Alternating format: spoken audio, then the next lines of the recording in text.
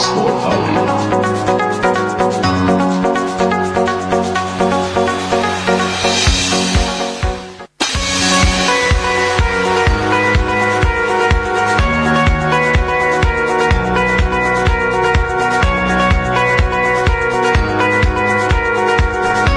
De la mañana con 41 minutos, Café Político, abriendo la semana con mi querido Rodolfo Saldivia. ¿Cómo estás, Rodolfo? Buen día. Gusto muy bien, Mauricio. Muchas gracias. Gusto de saludarte. ¿Te parece que partamos con el TC y el tema de FP, donde tú estuviste involucrado? Lo hemos conversado acá en varias ocasiones, pero se le cerró la puerta a la devolución de recursos a tanto la persona que tú estabas representando también acá en Punta Arenas, como a la profesora de Antofagasta también. Y se litigó el día jueves, miércoles o jueves. Sí, el día jueves. El día jueves en Sí. Santiago, y finalmente el Tribunal Constitucional decidió no permitir el sacar recursos de sus fondos de pensiones, ¿no? Sí, así es. Sí, bueno, para hacer un poquito memoria, nosotros presentamos varios recursos de protección en diversas cortes de apelaciones de ciudades respectivas. Fue una estrategia bien meditada respecto a si en un momento esto iba a ser masivo o iba a ser focalizado. Se optó por el camino focalizado. También podría haber sido una alternativa, inundar las cortes de apelaciones de recursos. Creíamos que no era, digamos, esa la vía. Así que, bueno, se optó por este camino, y dentro de presentar estos recursos de protección hubo dos, en este caso en Antofagasta y en de Punta Arenas, en donde las cortes de apelaciones, en un acto bastante importante, una buena señal desde el punto de vista judicial, derivaron los casos al Tribunal Constitucional, señalando de que se pronunciaran respecto a ciertos artículos para efectos de tomar una decisión respecto al fondo del recurso. Ya.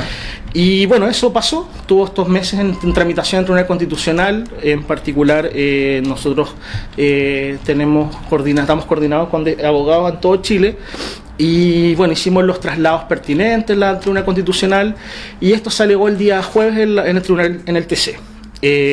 Respecto a eso, podríamos hacer como un desglose, como un comentario jurídico y otro más bien político respecto al tema. Desde el punto de vista jurídico, que es lo que me convoca, nosotros argumentamos en el Tribunal Constitucional, en particular yo no, sino Fernando Atres, Javier Aravena y el profesor Ugarte Cataldo, a representación de la profesora Antofagasta y de aquí doña Beatriz en Punta Arenas, de que en Chile no hay un derecho de seguridad social sustentado principalmente en que lo que existe es un sistema de ahorro colectivo forzoso. ¿Y por qué no es un derecho de seguridad social? Yo les recomiendo que vean en YouTube, está disponible el alegato del profesor Ugarte Cataldo, en donde señala que si uno analiza a tratadistas de derecho constitucional en particular, también vinculados a derecho del trabajo, tiene que cumplir ciertos requisitos el derecho de seguridad social, y porque tiene ciertos principios. Los principios son muy importantes desde el punto de vista del derecho. Uno de los principios que no estaría cumpliendo en nuestro sistema es que sea suficiente y universal. ¿Ya? ¿Por qué? Y ahí voy a hacer un poquito latero en este punto, pero muy brevemente. La suficiencia en materia de derecho de seguridad social establece de que nosotros tenemos que, en particular, tener pensiones que nos aseguren dignidad y al menos ser similar al ingreso mínimo. Y eso las AFP no lo están otorgando por los mismos informes que ellas emiten y por los informes de la Superintendencia de Pensiones. Ese es un punto importante. Hay muchos más elementos, pero para que las personas se queden con ese punto. El segundo es la universalidad, y en particular el sistema tiene que estar focalizado para todo el espectro del país. Todos tenemos eventualmente un derecho a la seguridad social, y el Estado no se estaba haciendo cargo hasta el año 2008 con el tema de la pensión básica solidaria. Las AFP, una actitud muy patuda, por decirlo de una manera, dicen que al estar ese pilar ya estaríamos dentro de cumpliendo ese principio de seguridad social en el caso de la universalidad, porque estaría cubierto todo el país. Pensiones básicas solidarias y el sistema de capitalización individual de AFP. Ya teniendo eso claro, nosotros argumentamos de que la base del sistema es el decreto de ley 3500 y el otro es un aporte del Estado, pero no es un tema que dé al sistema en su conjunto solidaridad, y en este caso tampoco cumple con el principio de universalidad, porque si se analiza incluso el decreto de ley 3500, ahí no está regulado el sistema de la pensión básica solidaria, no está incluso dentro del decreto, sino que es de una ley aparte. Tiene todo un procedimiento para cobrar ese sistema, entonces ahí hay claramente un problema. Eso es más que todo el punto de vista de seguridad social, que fue el punto más importante en el caso de Antofagasta, porque allá lo que se impugnaba más que todo como derechos es la propiedad y la seguridad social. Sí. Y ya trasladándolo a Antofagasta y Punta Arenas, en el caso de lo que estábamos reclamando nosotros más que todo era el derecho de propiedad, es decir, que si nosotros otorgamos mes a mes un dinero, nosotros tendríamos el derecho de retirarlo, porque el dominio tiene 3 atributos esenciales: el uso, el goce y la disposición. ¿Ya?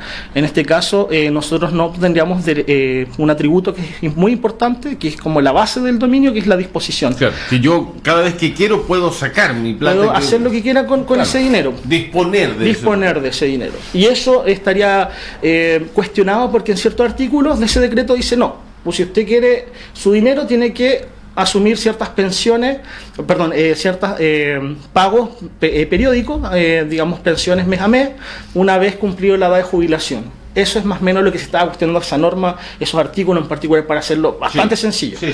Ya, eso es la parte jurídica. Bueno, y ya pasando a la parte jurídica política, bueno, la moneda, en un acto incomprensible a juicio de nosotros, en pleno conflicto social, en fines de octubre, noviembre, evacuó informes firmados por el presidente de la República y por abogados de la presidencia, pidiendo el rechazo a estos recursos. Le pide el gobierno, firmando una carta a Sebastián un Piñera, informe, le pide a través de un informe al TC, al Tribunal Constitucional, que era juez en esta parte. Exacto. Que niegue la entrega de los recursos a estas cotizantes. Exactamente. Entonces, ¿con qué razón?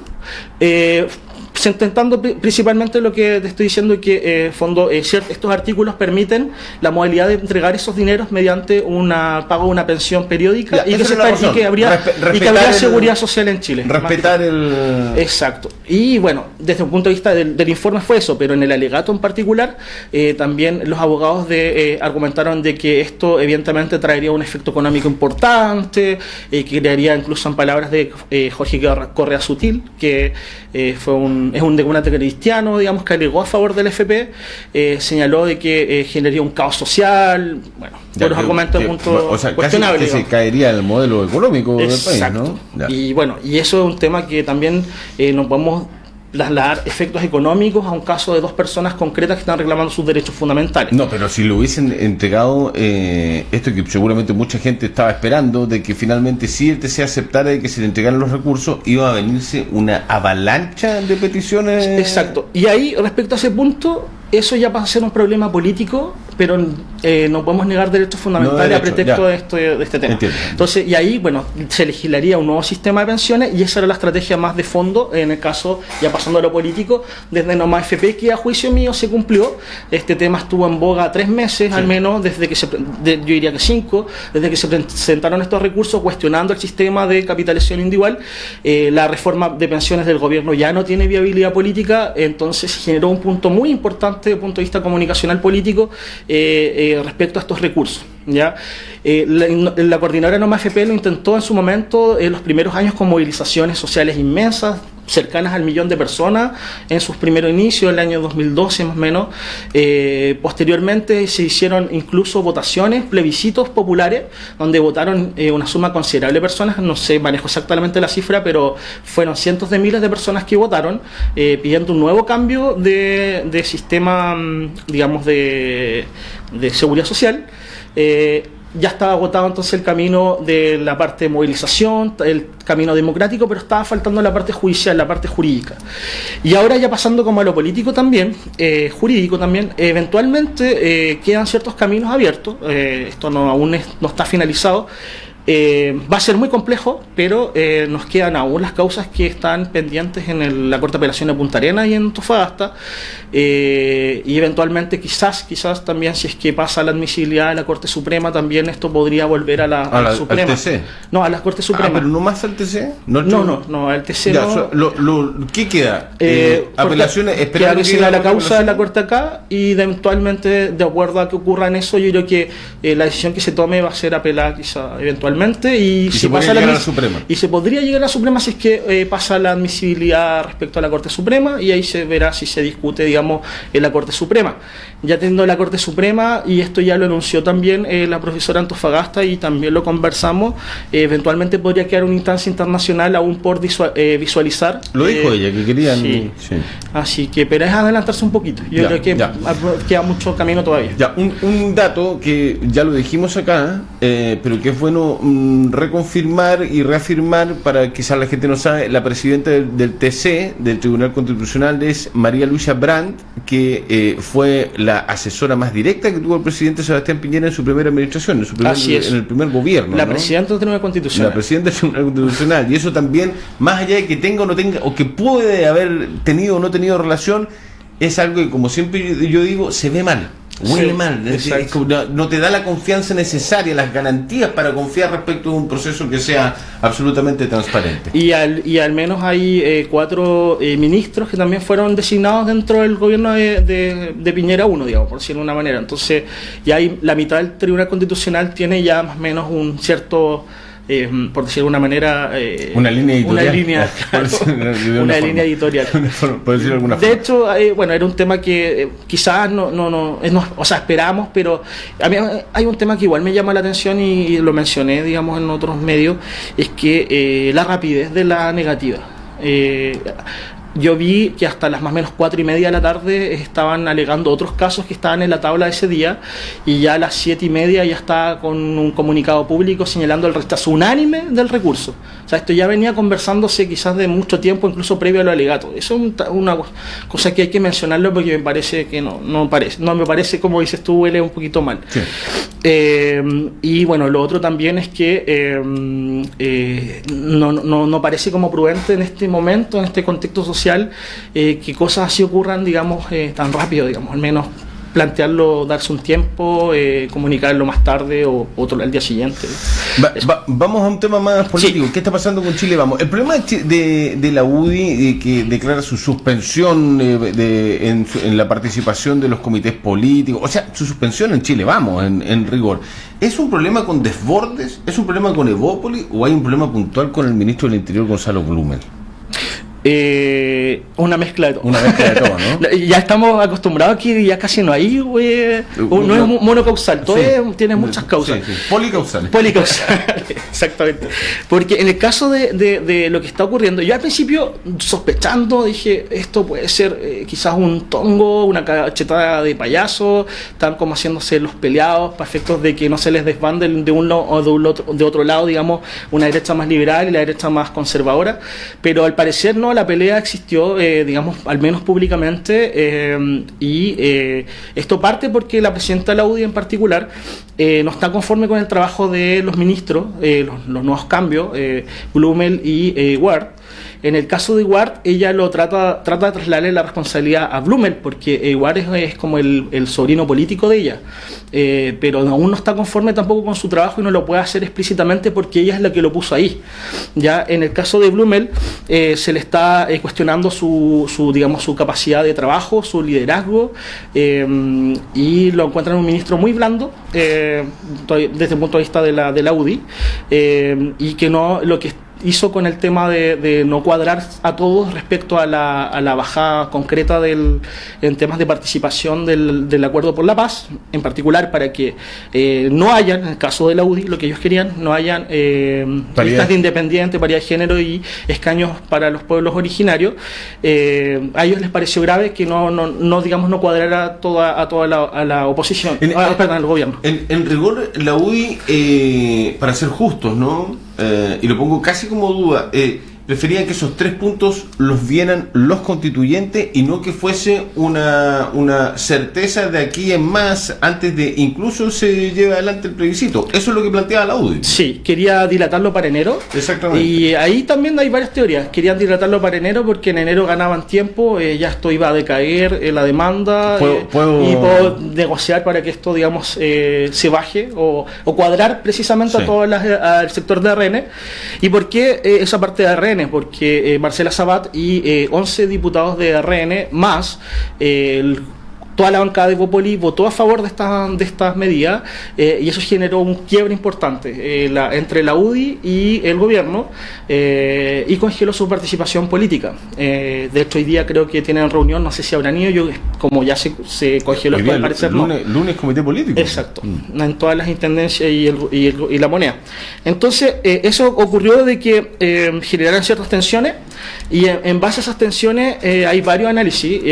Principalmente la UDI está quedando aislada por todo lo que ha ocurrido, que quizás no es tan sintomático solamente de la UDI. En el caso del Frente Amplio lo conversamos la semana pasada, toda la fragmentación que está ocurriendo igual va a acarrear una importante baja electoral.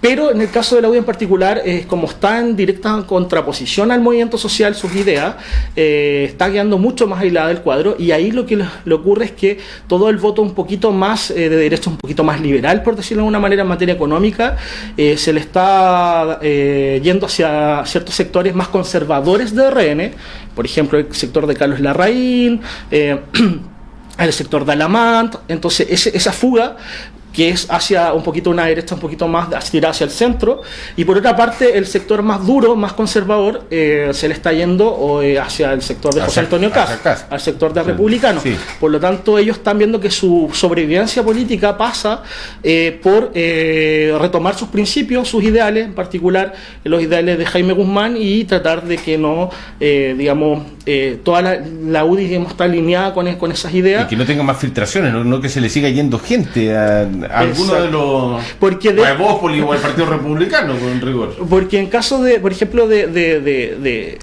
el caso del sector de José Antonio Kast, ellos dicen de que los que quieren recuperar es precisamente esa derecha un poco más ligada como a los inicios de lo que fue la UDI, ligada a Jaime Guzmán, bueno, hay una serie de dirigentes más, y eso va generando un cuadro entonces donde si la UDI en particular no pone en tensión al gobierno en el cargo más importante que ellos tienen, que es el ministro del Interior, frente al caso del orden público, va generando, digamos, una mala señal hacia abajo, y se les ordena un poco la estructura, y digámoslo así, es un cuadro leninista la UDI en cierta medida, de fondo, de que hay decisiones que toman los dirigentes y bajan hacia sus, digamos, conducciones, y no hay cambio. Y no hay cambio, exactamente, ellos juegan, digamos, ese estilo de política.